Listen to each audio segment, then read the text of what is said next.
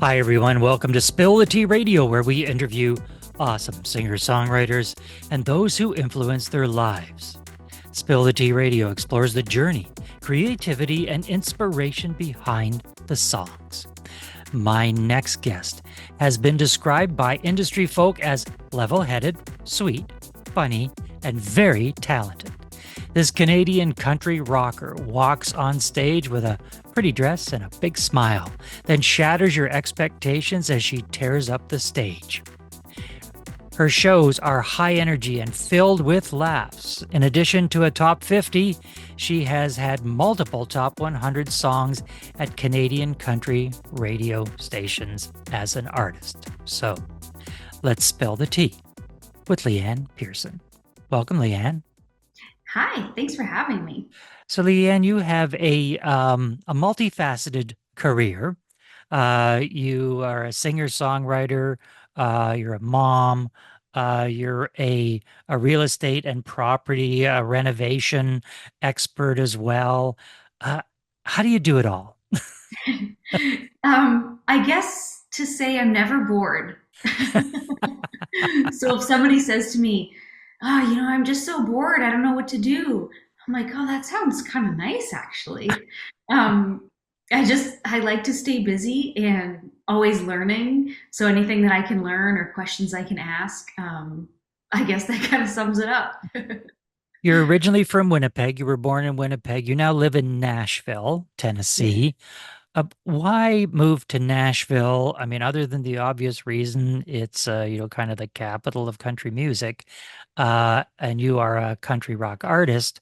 What drew you to Nashville and what kept you there? The songwriting. I traveled back and forth to Nashville from Winnipeg for many years. The drive is terrible. I don't recommend it. um, and also flying in the winters is rough too with the de-icing and delays. So I kind of just struggled going back and forth for so many years, but it was so worth it because as soon as I got down here, I kind of found a really, really nice group of songwriters.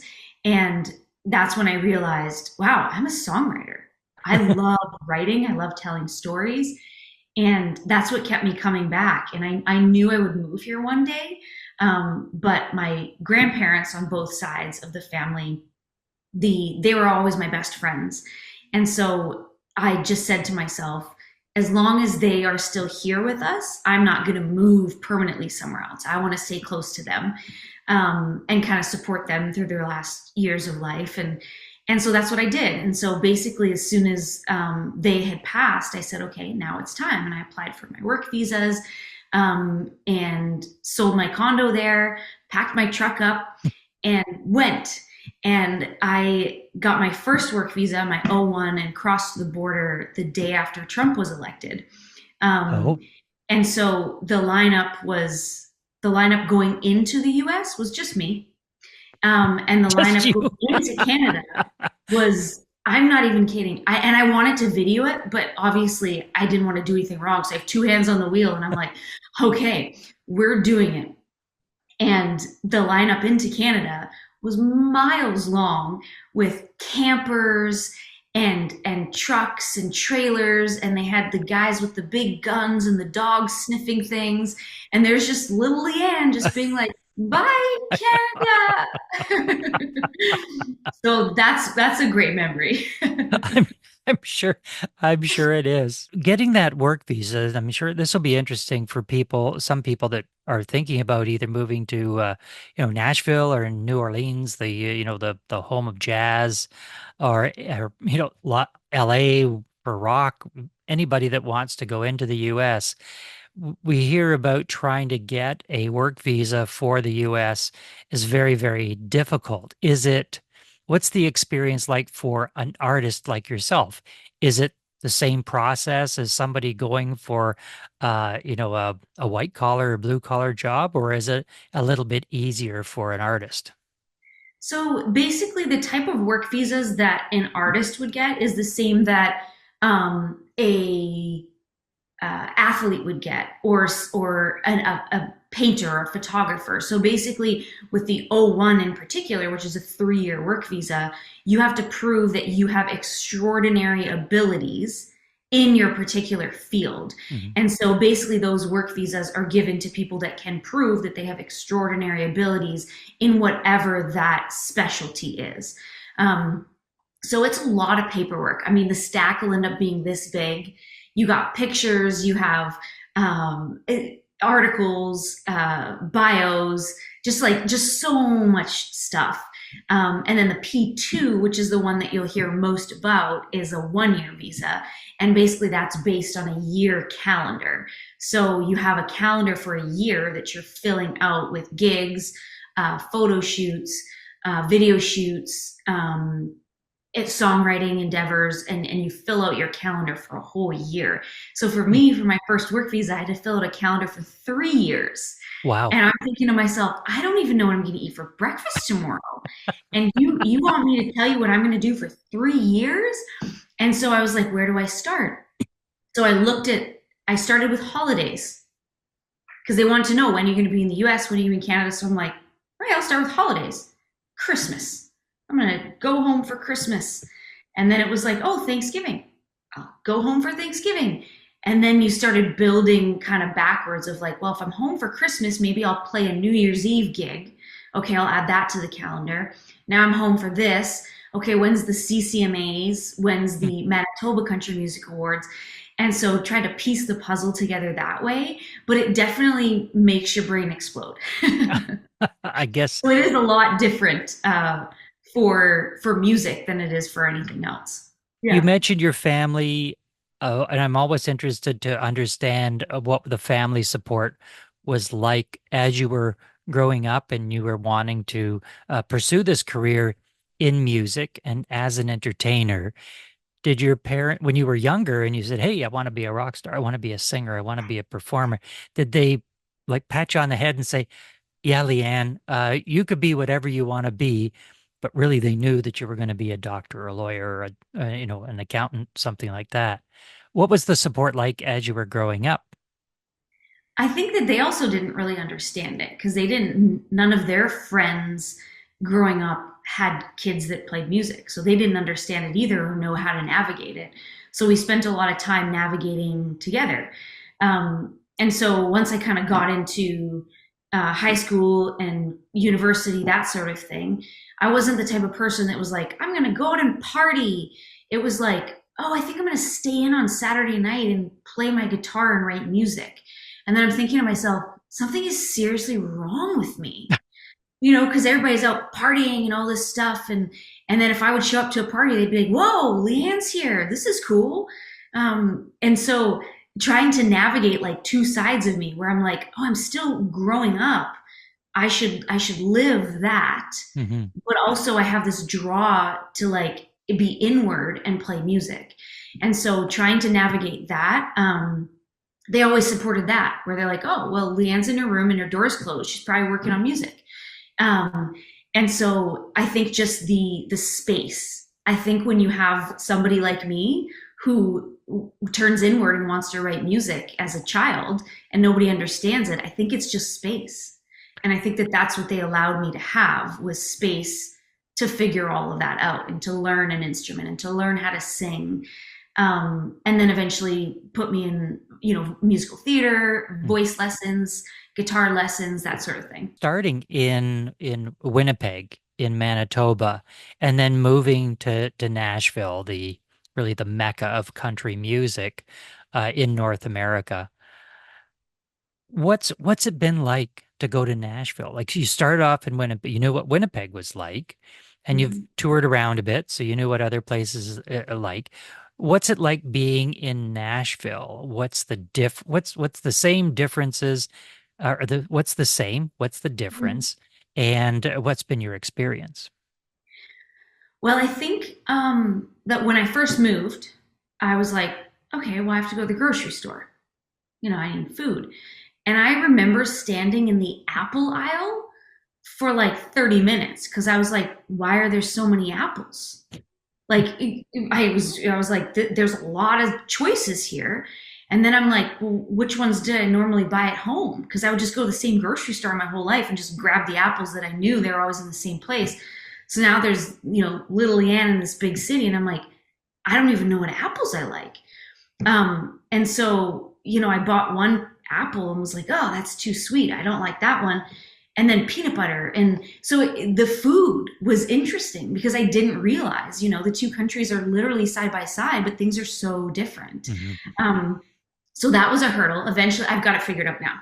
You're I know good. what apples to You're buy. good going to Yeah. the grocery store on your own. You're Yeah. I can do it by myself. I don't need a chaperone. So I can pick out my own apples. Yeah. Um, and then just culturally, I think that things were different. And so I'd walk around and people would ultimately come to the conclusion I'm from Canada based on certain things that I said. Um, and so I found out really quickly that people love Canadians. Mhm. So it was like this open arm of, oh, you're Canadian. Oh, that's why you're so nice, or that's why this. And so that I think that helped, was that the stereotype of Canadians was just really nice. And so I think that also was interesting for me. Let's get into one of the songs that Leanne wrote. This song is about the worst thing that can happen to a groom on his wedding day. Yeah. You're ready to exchange vows, and suddenly your bride bolts. Let's take a listen to singer-songwriter Leanne Pearson and her song, Runaway Bride. There was Sam, he was a good, good man. Took him less than a week to wanna marry me. There was Jared, who asked for my hand, with a smile on his face, down on one knee. Oh, I'll say yes every time. This breaking heart's such a crime. I'm a runaway bride running over town. Got my white boots on and I'm gone, long gone. Wedding dress trailing far behind. Church bells singing a goodbye song. Oh yeah, I'd do anything for a mind so tiny, big carrot shiny, diamond ring.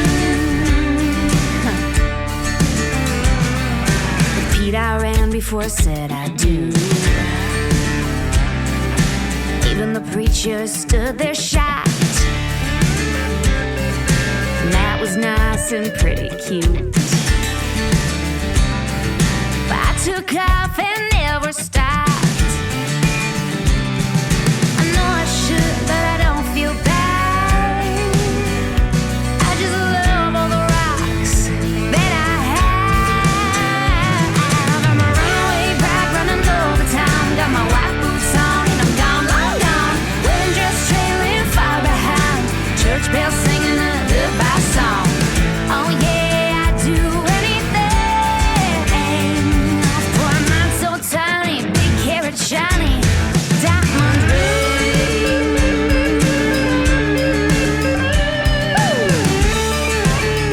Oh yeah. Run, run, run, run. Ooh, run, run, run, run, run. Ooh, I need new boots before I'm done. 'Cause I'm a runaway bride running over time. Got my white boots on and I'm gone, long gone. Wedding dress trailing far behind. Church bells singing a goodbye song.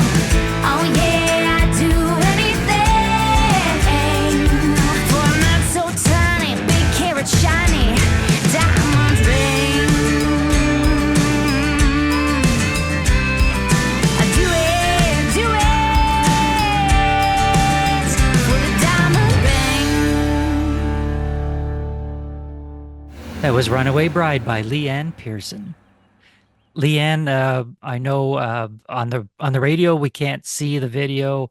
For people that are watching on YouTube and on the website, they're going to see this Honestly, video. it's probably for the best. I mean, it is a fun video. Not fun for the groom, but Exactly. it's a fun video. So, what was the inspiration to write this song? Hopefully, it wasn't a personal experience. Yes. I've been married twice, but to the same person.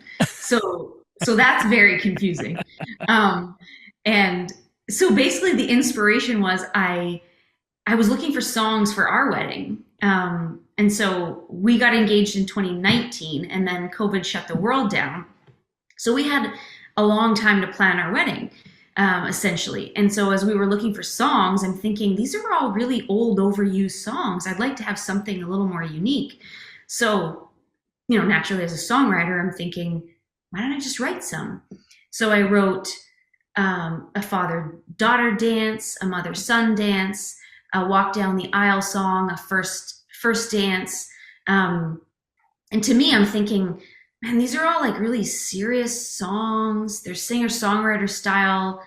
I need something rocking on here that's like an anti-wedding song. So I came up with the idea of Runaway Bride. And I had a particular songwriter that I knew I had to write it with. And so it took us a while to connect on it, but I kept saying to him, I'm saving this idea for you. I've got this idea for you. So when I sat down with him to write Pete Salas, he chuckles and goes, I'm glad you saved this for me.